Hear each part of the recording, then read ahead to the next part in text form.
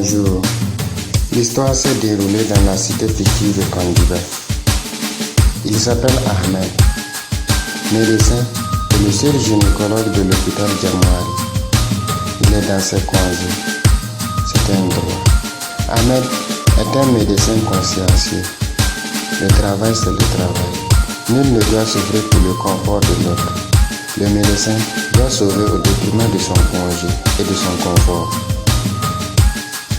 Il a reçu un appel téléphonique. C'est une femme en difficulté. C'est donc une urgence. Dans l'empressement, il est parti sans les pièces de son agent. Lui, il s'appelle Alidou. Il est un agent assermenté de son état. Aujourd'hui, mis en service dans ce carrefour-là, il est en mission. C'est donc un devoir. Alidou a été et est un agent inflexible et incorruptible. La loi, c'est la loi. Nul n'est au-dessus. Les pièces d'identité sont nos témoins. Un coup de sifflet, Ahmed et Alidou se rencontrent pour la première fois. Bonjour monsieur, contrôle de pièces et d'identité. Monsieur l'agent, je vous en prie, je suis appelé pour une urgence. Je n'ai pas songé à toutes mes pièces. Je suis gynécologue à l'hôpital Jamouari. Monsieur, c'est trop facile. Stationnez votre engin. Je vous prie de m'excuser. Ce n'est pas moi. C'est votre loi qui m'oblige à vous verbaliser. Malgré l'assistance et l'insistance du gynécologue, l'engin restait strict, avec juste raison. Rien ne justifiait que l'engin l'appartenait. Le médecin dut continuer à pied. Quelques minutes plus tard, l'agent reçoit un appel de son frère. Sa femme souffrait le martyre. Il était à l'hôpital en attendant un médecin qui tardait à venir.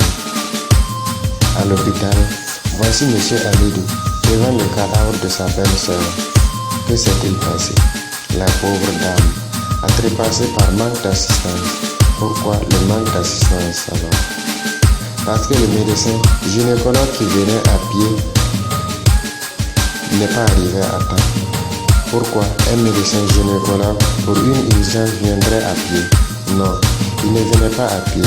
Il venait avec un engin qu'un agent rigoureux et consciencieux a empêché par manque de papier. Cet agent n'est que Alidou.